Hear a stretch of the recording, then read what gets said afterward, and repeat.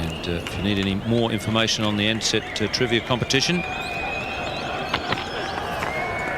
can go to baggygreen.com.au, and there's plenty of other information on cricket on that website. So that's the three choices you have.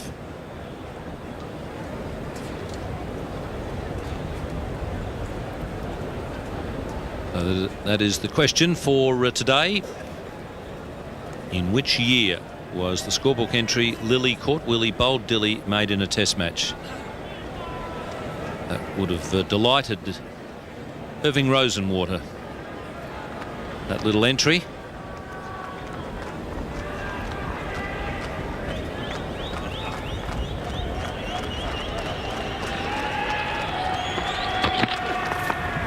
I'll tell you what, Ian, it wouldn't have delighted Dennis Lilly, I wouldn't have thought. I don't think he'd like to be part of that trivia. I think he would much prefer to see that when he's involved in Ansett trivia, that he's involved in some sort of wicket-taking ability, not getting out.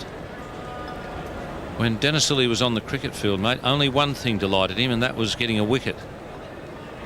Everything else seemed to get under his skin. That's my point exactly. I remember watching Dennis play. Seemed to at times could handle the bat quite well, and never seemed to enjoy getting out all that often, which is, I suppose, is always a good sign. Yes, you could usually tell how upset he was. If he was really upset, he used to carry the bat off upside down when he was really annoyed. Oh, that was quick, and it really climbed. A terrific take by Mohan Khan.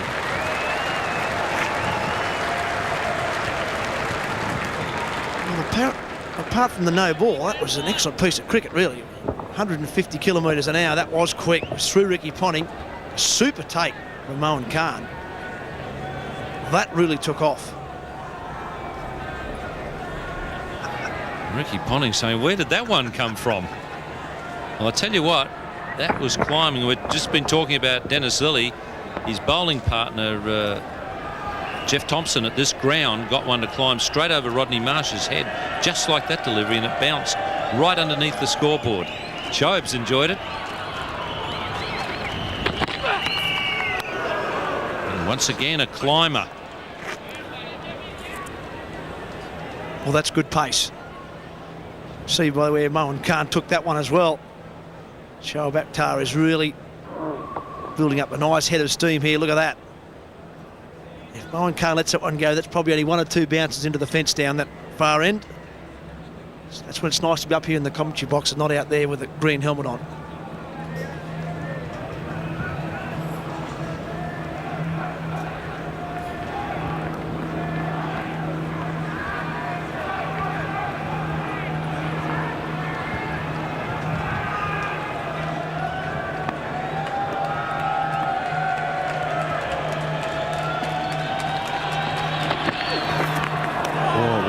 Finish to the over. Three very good deliveries. It's 4 for 340. Yes, this young man, he really did bowl a beautiful over. 7-ball over. Have a look at this. Genuine pace with the second new ball. That's a quick one. Beautifully taken. That was called a no ball, that quick one. That was a very, very good over. Bowling to a batsman who was set. The new batsman at the crease could have been edge or two there, a nervous push or a pull shot, but he's got the breeze across his shoulder. He knows his team needs a lot of wickets, this young man. Very exciting.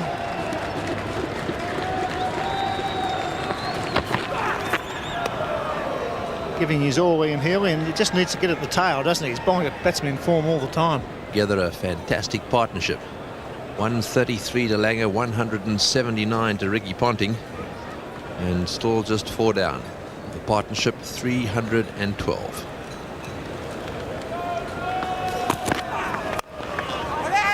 Well, that's well fielded. Well, that's a good start.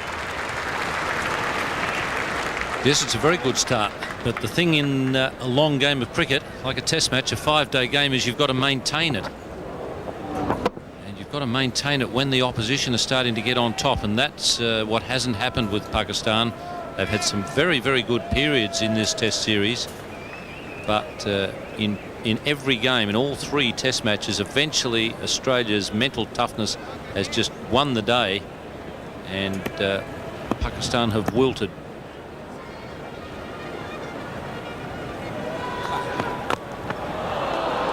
Yes, he lost it there. You could see that he wasn't really charging in the way he normally does, and did the sensible thing, decided to start again. He really did slow down towards the end here. He got himself going nicely, looks good there, and then all of a sudden I think it went wrong around about now.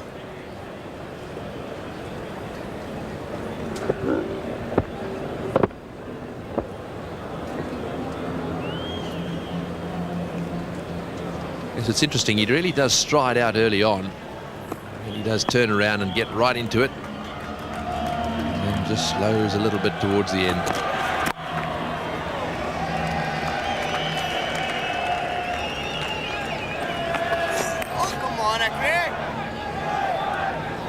Yes, I think it's got to be just a variation thing coming around the wicket to the left-hander. It's not something that you would want to do all the time. I think it takes away too many advantages that the right armour has over the wicket to a left-hander. Played. I suppose that's the sort of thing that can happen.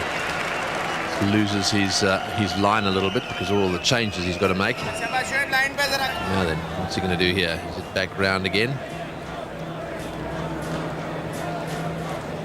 Ricky Ponting doing what is the thing that you see players when they're well set, particularly batting here at the Wacker, start to take the ball from around about middle and off and work it through the onside. And particularly when you're working it downwind, he's taken that from about middle and off, worked it through the onside downwind. And if you can hit a lot of balls downwind at the Wacker, you get a lot of boundaries.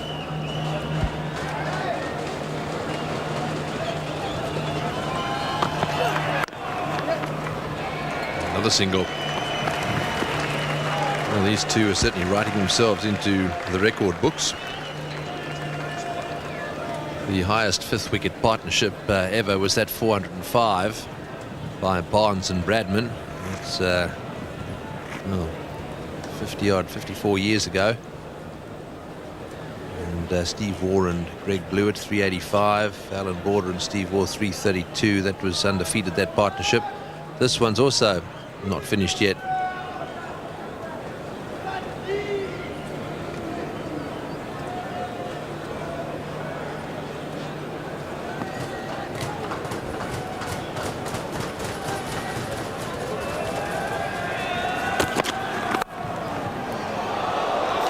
Nicely fielded. 6 off the over, 4 for 372.